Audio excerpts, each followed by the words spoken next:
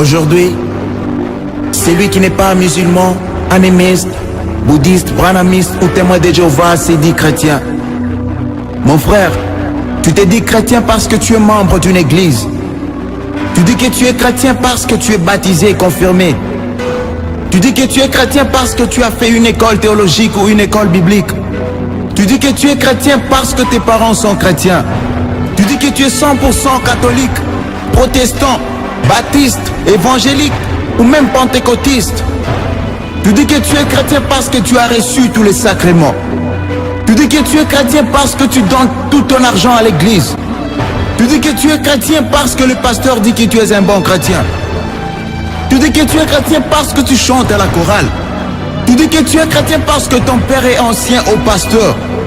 Mais alors, tu es chrétien et tu mens en jurant au nom des dieux.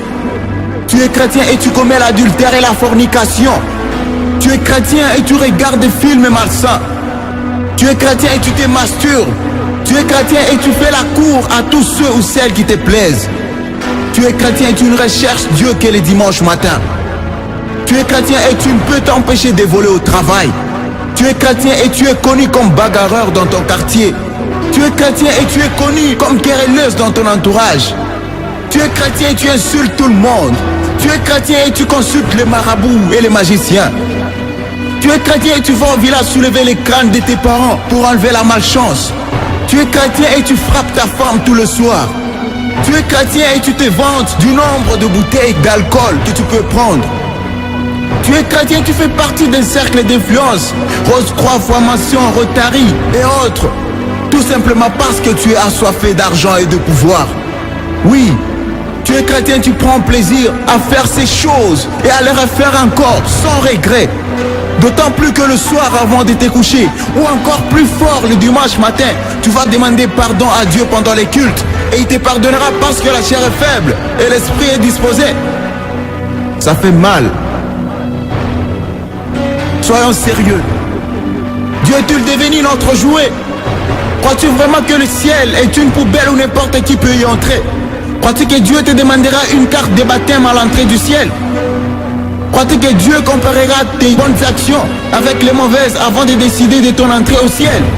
Crois-tu que Jésus est mort à la croix pour que nous continuions à pécher? Écoute un peu ceci. La Bible dit, tout homme est né pécheur et séparé de Dieu. Romains 3, 28.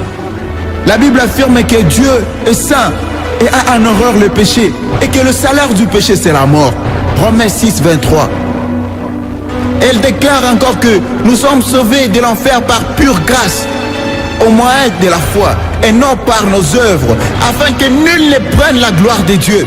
Ephésiens 2, 8. Cela peut dire que, quelle que soit ta bonne conduite, ta morale, ta philosophie, ta vie, pour Dieu tu es mort.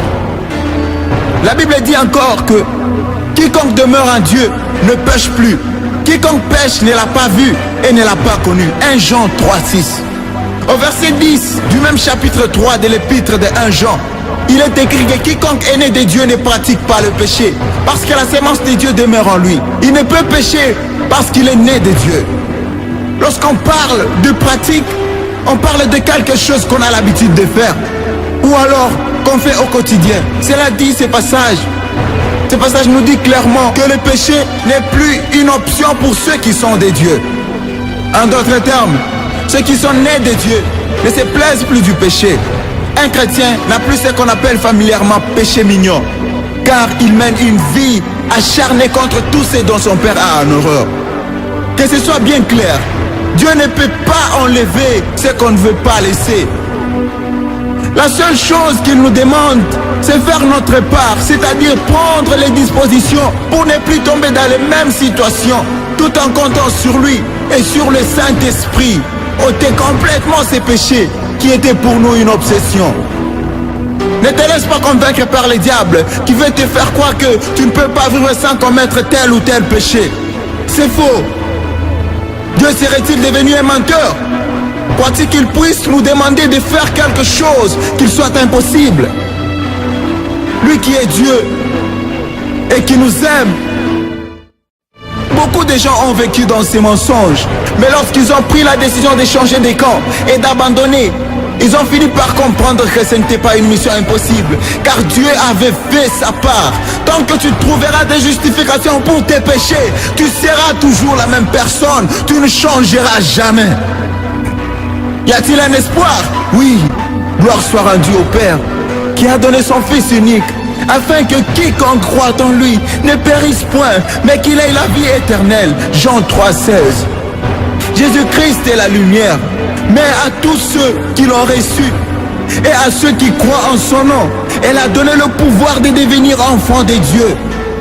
Jean 1,12. Encore un autre mot, devenir.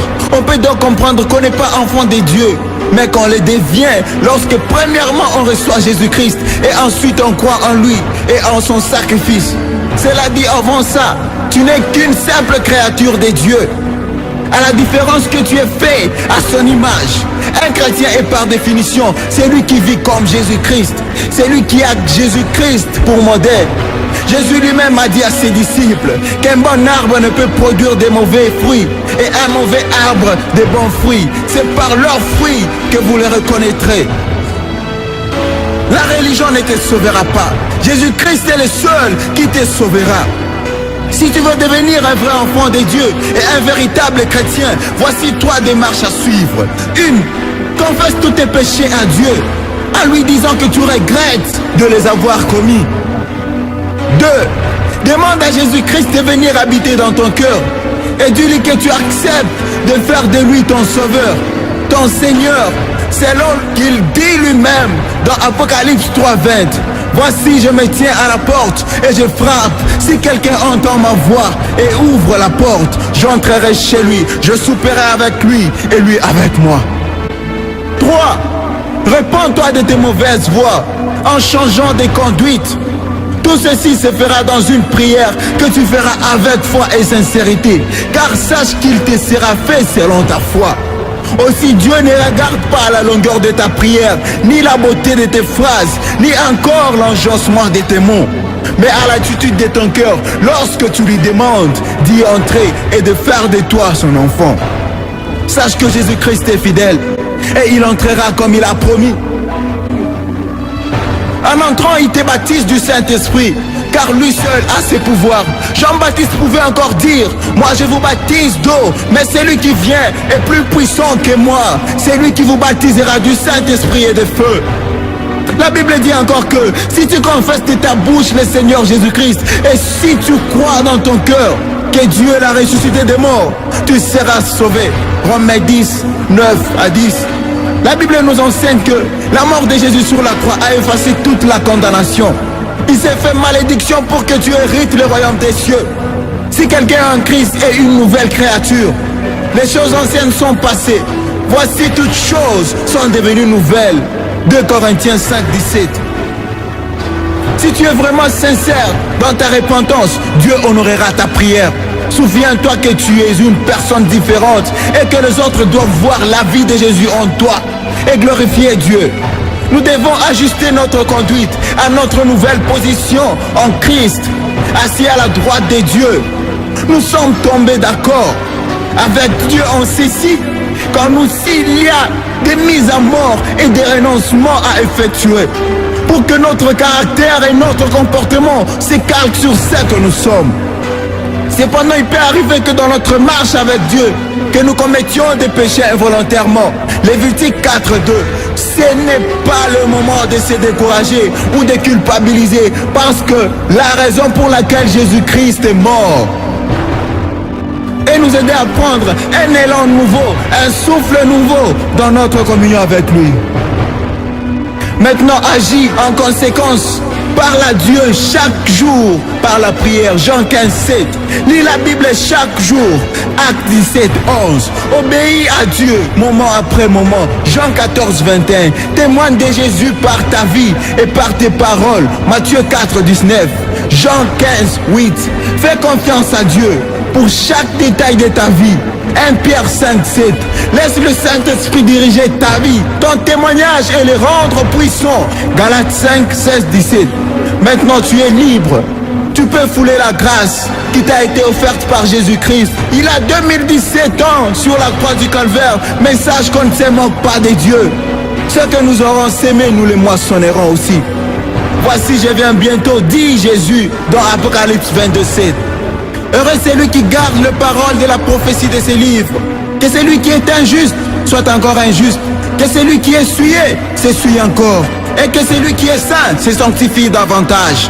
Voici, je viens bientôt, et ma rétribution est avec moi, pour rendre à chacun selon ce que son œuvre. Je suis l'alpha et l'oméga, le premier et le dernier, le commencement et la fin. Heureux ceux qui lavent leurs robes afin d'avoir droit à l'arbre de vie et d'entrer dans les portes dans la ville. Dehors les chiens, les enchanteurs, les impudiques, le meurtrier, les idolâtres et quiconque aime et pratique les mensonges. Apocalypse 22, 11, 15. Seigneur, aie pitié de nous. Merci Seigneur pour ta gloire et ta puissance. Merci pour tout le temps que tu nous accordes. Merci pour la vie que tu nous accordes, Seigneur. Sois béni, mon Jésus.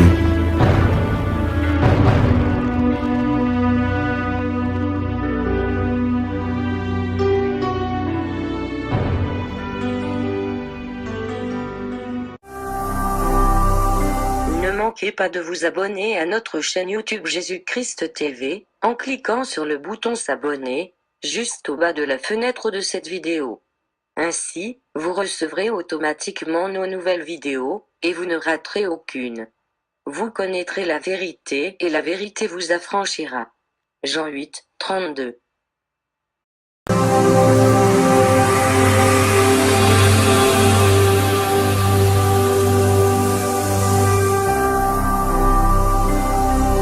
Jésus-Christ TV, vous connaîtrez la vérité et la vérité vous affranchira.